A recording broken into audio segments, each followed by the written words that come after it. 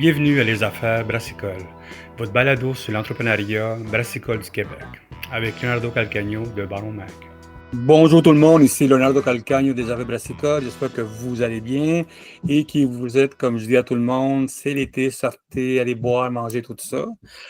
Comme vous savez, on a continué une série avec la gang de Canada Cup parce que, comme vous savez, Canada Cup s'en vient à l'AMBQ en 2025, mois de novembre, pour donner des prix, tout ça. Puis en même temps, on voulait comprendre un peu comment on fait pour juger des bières, le marketing, des affaires comme ça. C'est important de savoir ça parce que moi, c'est une question que j'aime beaucoup savoir. Qu'est-ce qui se passe? Comment ils font ça? Où est-ce qu'ils s'en va avec tout ça? Ça, on a demandé à quelques-unes des personnes qui vont être là, de nous donner un peu là-dessus. Puis bien sûr, ce podcast est commandité par INNOMALT. Si vous avez des questions, si vous avez besoin de malt, faites au Québec avec du monde du Québec ici, Québécois, puis vraiment de qualité, contactez INNOMALT, info@innomalt.ca pour tous vos besoins brassicoles. So, aujourd'hui, on va parler avec Lauren Richard. C'est une fille qui a un beau site qui s'appelle Beergirl.ca. Elle se fait... Elle est juge depuis longtemps, et même étudiante en Cicerone, un beau blog, un beau site avec plein de consultations qu'on peut faire avec elle. Puis, elle va nous parler un petit peu de son travail, mais aussi comment on fait pour juger. So, how are you, Laurent Richard? Richard? Richard, yeah. How are I'm you? great. Yeah. No, it's nice to be talking to you about the Canada Beer Cup. We're kind of getting close now, so we're all getting excited. Yeah. So first of all, thank you very much for your time. I know you're a busy person working around. Well, I went to your website and it's pretty impressive what you do. I mean, you work a lot. It's been working a lot. But before we start talking about how do you judge beer or packaging, whatever your section, can you give us a little bit of your background, where you come from, what's Beergirl.ca, and why the love of beer? Yeah, I kind of fell into it very naturally. I got really lucky that I was growing up alongside an industry that was blossoming as I was kind of going through my early 20s.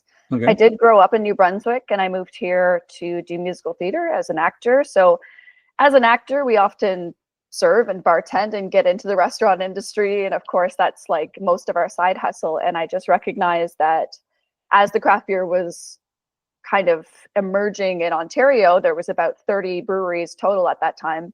Okay. People didn't know even what beer was made of. I didn't even know what beer was made of. I realized that there was this massive market that was exploding, and there was just a lot of education, including myself. I was just kind of thrust into it, fascinated by it, and realized, hey, if I kind of get into this and learn a little bit about it, I think there's something here, and I think there's something I could grow with, maybe beyond sort of my acting years.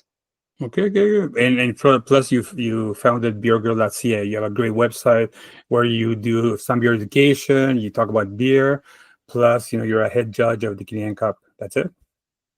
Yeah, I'm kind of a for hire, and it's hard to explain to people in one sentence, like, what do I do? Because it's beer education. And I've worked with a number of festivals, kind of, putting on unique experiences, maybe taking people around, guiding people, doing booklets. So when people come in and they say, whoa, there's 400 things here, how do I start? I really love curating kind of an experience for people. Of course, after COVID, a lot of these festivals don't exist anymore. So we've all sort of had to pivot and look for new ways to kind of get beer into restaurants and into the market, because we're seeing a kind of a decline across everything right now. I'm sure you're seeing in Quebec as well. It's across Canada. It's across everywhere. So I do a lot of smaller events these days. I still love staff education whenever people want to bring me in and help to educate their staff so that they're better equipped when they have a rotating beer list, which it can be very overwhelming if you as a bartender, you show up to work and there's 3 new things on draft and you don't have a chance to try them. So if you know the fundamentals, the styles, just if you hear a name of a style and you can kind of pinpoint, okay, I know what that should taste like. I know what ingredients should be in it. I know what to say to the customer. You can at least kind of get there before taking that moment to be able to try that beer later, because often that is just the reality of restaurants. So there's a little bit of that. And then I do some smaller events where I love food pairing. So if anyone ever brings me in to do a food pairing event, I'm starting a new series in the fall with a restaurant, an Indian restaurant out here, which I'm very excited about. Kind of fine dining, which is another thing that's underappreciated and underutilized in the beer industry, is that beer and food are magnificent together. Yeah, I've talked to a couple. There's a guy here that's here in Quebec. A British guy does that, and he's the one who, because he showed me, like black beer and blue cheese tastes amazing. Mm-hmm. I didn't know that before, but now because of him, I'm always eating blue cheese with Yeah. and it was very important. And there's like tons of things to do, and also your work as a beer education, I think, is very important, because staff training, it's people changing all the time and stuff like that. It's good for business if you know what you're talking about. Absolutely. And that's my origin story, is I realized if I had a few things to say to the customer, they came back and they wanted more, and they wanted us to bring in new things. And it really was where things began for me. So I saw that there was a huge market for that. It is. Well, excellent. Thank you very much for taking your time with brewers, because I know it's important. We know a couple of brewers in Ontario, and I know they appreciate when you can make that sale, and when your staff knows everything. So it's great. You're one of the head judges for the Canada Beer Cup this year. Yes. And what's your work? What are you doing as a head judge? Are you the one giving away, doing all the paperwork, all that stuff? How does it work? Yeah, actually, there is a lot of the back end stuff that we tackle in the first 6 months. Right now, we're in a bit of a quiet period on my end, not on my logistics end, because they're dealing with all the beer coming in, keeping everything cold, making sure everything's cold from A, B, C, all the way to the end location. So my job is more on the creative side, and then my co-head judge, Dave Cole, is very logistics side. So him and I work so well together because our brains work just so differently and so complementary. We've both been in this industry a long time, but we're just very different in how we approach it. So I am the one that kind of looks at the BJCP and the Brewers Association guidelines and just the industry and what it looks like now. And I write the guidelines of what I think would best represent the categories for us. And so sometimes we combine a couple categories. Sometimes we change a little bit the ABV and certain things, because we want to reflect the trends that are happening, which is low ABV, a lot of IPAs on the market.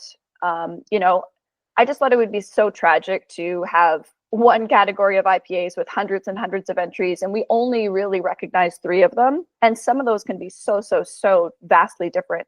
So we've broken it down so that we recognize more hop forward categories, because that reflects the market. And we want to make sure that someone that's, a 7% with, North American ingredients, and it's just being very differentiated from something that's like a big peachy tropical bomb. Like, we want to make sure that even in the hazy category, that's broken up as well, because there's just so much differentiation between those things. So we've added a couple extra categories. And so my side is sort of like writing those out with my knowledge of beer as guidelines, and then tweaking them a bit to just reflect the realities of the market. As well as on site, I am very much overseeing the judging, doing sort of enrichment prior to judging, so that everyone is on the same page. Mind you, these are very experienced judges. We do take applications, we vet them, the applications are extensive, and we bring in people that have credentials, whether it's with the BJCP, Cicerone, Prud'homme, international recognized international brewers, professional brewers, all around the world. So these people already have quite a bit of experience, and then I just sort of help them get on the same page of what we're looking for. And then on site, also a matter of clarifying our categories, if there are those little differences, and what we're looking for in terms of their feedback, the caliber of feedback that we want to be able to give the people that are submitting to us. We want to make sure that those score sheets are really well done, and that, Dave and I are able to kind of get our eyes on them and see like what we can do to help people to make sure they're giving the right feedback. How important is it for people to win? This come like in a kind of cup for me. I mean, there's always conversation about if it's important to win something like that. How important do you think it's to win for a brewer, and now for a I think it's called now the cider company also now this year cider. Yeah, cider being included is very exciting for us. It's important and exciting in the sense that as a judge, I don't, you know, in previous years I've judged and I've not known what I'm judging. This year I have a bit more of an oversight role, but when I am judging and everything's blind and you finally find out what everything is in the end, it is just so fascinating to strip away marketing, strip away branding, strip away hype, strip away everything. And then you finally get to see these beers that gave you something magical that honestly you might never have looked at. Things that you might not have known about, really obscure breweries in the middle of nowhere. Maybe they're brand new. Maybe they've been around for 20 years and you just never picked up a can.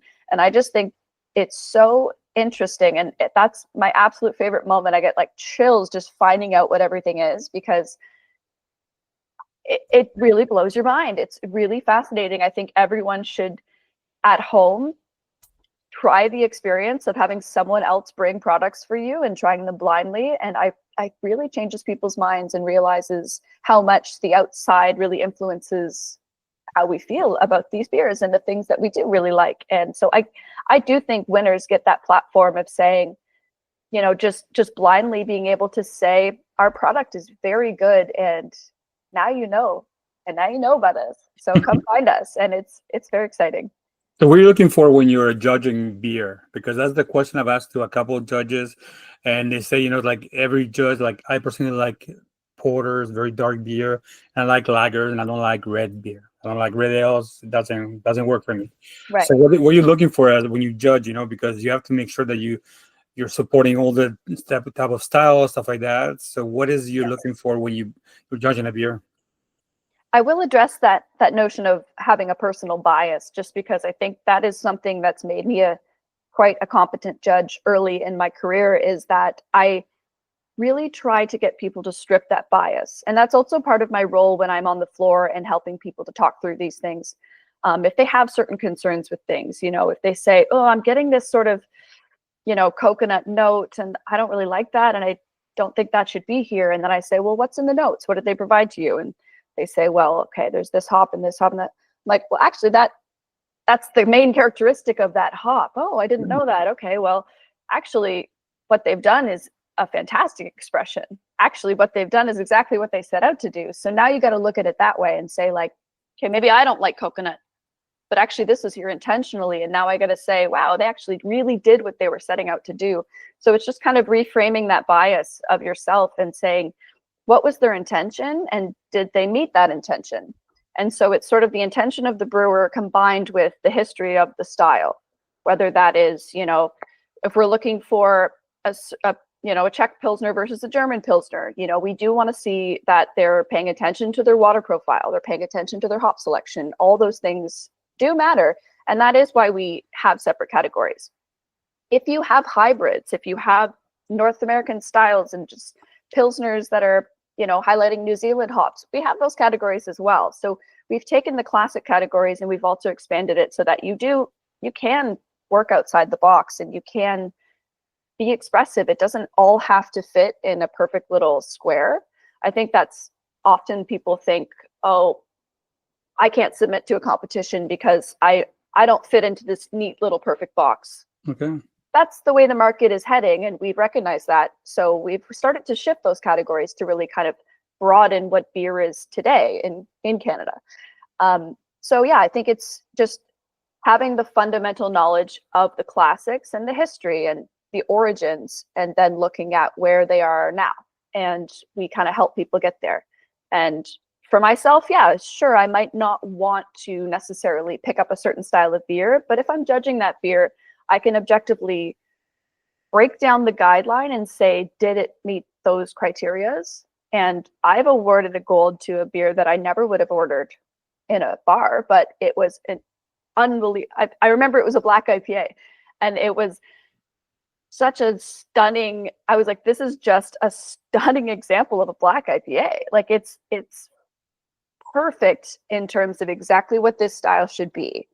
And yeah, you can't deny it when something just hits all the marks. Okay. That's good to know. Why cider this year? Why cider this year? That's what I was talking to Cider Canada this year. We did an interview with them a couple of days. But why cider this year into the Canada Cup? I think it's something we've talked about for a couple of years, and something that we weren't necessarily sure if the partnership made sense, as we're the Canada Beer Cup. We're wondering, should we be the Canada Beverage Cup, or what it means for us. But we ultimately decided that beer is what we do and what we focus on and what we lobby for.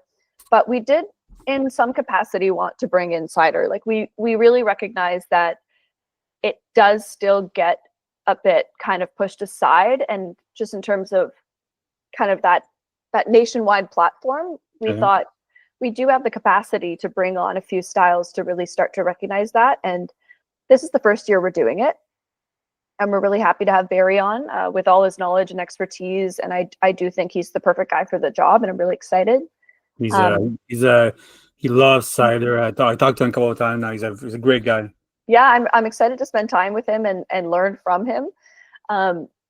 And it's really just that we are kind of just dipping our toes in to see if this is the right national platform for this. And I think with our structures that we already have in place to make a competition of this size run very smoothly, I don't doubt that that will go off without a hitch. And I think it's just putting more eyes on Canadian products. Really, it's farmers in general. So whether they're growing apples or barley, it's really just highlighting everything that we make here. But I think it's a great idea because I talked to a couple of our readers about it, and just cider, it's a big part of how we and be at beer at bars, stuff like that. There's always a tap of cider or a bottle of cider. Do you see? I know I'm gonna ask a stupid question, but do you see any time RTDs going into the as a category? I mean, it's a growing market. It's a growing market. Yeah, it's a growing market, and I think there's just too much it just doesn't really hit with us. There's that gray area of distillers, like whether they're distilling from grain, like it's just, or they're adding vodka. It's just there's the seltzer kind of category is still being itself very defined, and I think it hits a market that is just too kind of out of left field. And we have put that in our guidelines in the past that we say like, no, we won't be accepting RTDs, we won't be accepting seltzers, and it's just at that point kind of like where does the line end? And we want to just really honor beer, and now we want to honor cider, and cider in itself is obviously made from apples, so that's a very we have a perry category, and we want to just really honor like those ingredients. And I think that's kind of a gray area that we're just not going to touch at this point. Who knows if those will be more defined in the future, because there are breweries that make very good seltzers. I think then you have to distinguish between obviously someone that's not a brewery that's making seltzers. Do you include people that are breweries first? It's just a lot of stuff. I know, but it's a question I ask to a lot of people because I know people are going that market.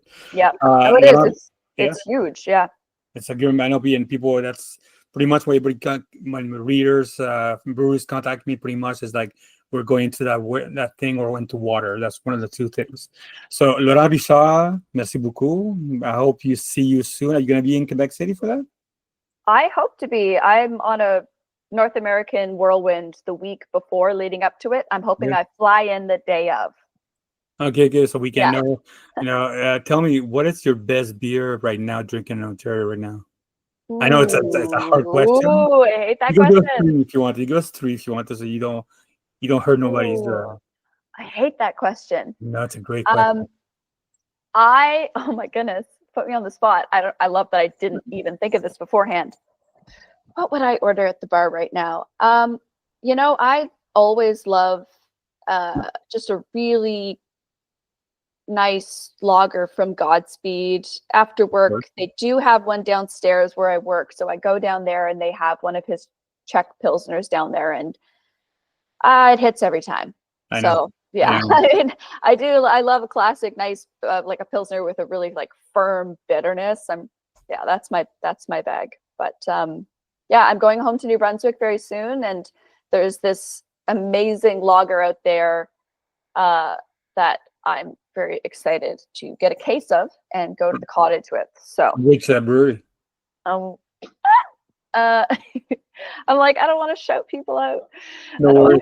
Because I'm going to New Brunswick in 2 weeks with the kids. I'm going to New Brunswick, Nova Scotia. We're doing all the breweries, stuff like that. We're going to see all our friends from up there. No, I will shout it out. I'm like just double checking because I didn't want to say the wrong brewery. Because you caught me on the spot. Obviously, it's Grimross. Grimross used to do so many Belgian styles. If you're listening, Grimross, we miss that. We want that. My family in Fredericton really misses those styles. So they've gotten kind of away from their Belgian influence. But they do an amazing lager, short can by the case. I take it to my cottage. It's the best. I understand that. Well, Laurent Richard, thank you very much for your time. Hope to see you in Quebec. And again, if you have any questions, I will put all the information at the end of this podcast. Thank you very much. Thank you so much. Merci beaucoup à tout le monde d'avoir écouté les Affaires Brassicoles. Si vous avez des questions, envoyez un courriel à leonardo@baronmac.com pour toutes questions concernant cette entrevue ou d'autres affaires. Bien sûr, abonnez-vous à notre infolette. On laissera l'information de Beergirl.ca si vous avez besoin d'un peu de beer education ou des questions concernant comme juge au Canada Beer Cup cette année ou d'autres questions. Rappelez-vous, ce podcast est commandité par INNOMALT. INNOMALT, c'est du malt québécois. Faites pour les brasseurs d'ici. Si vous avez besoin des questions, envoyez un courrier à info@innomalt.ca. Merci beaucoup et à la prochaine.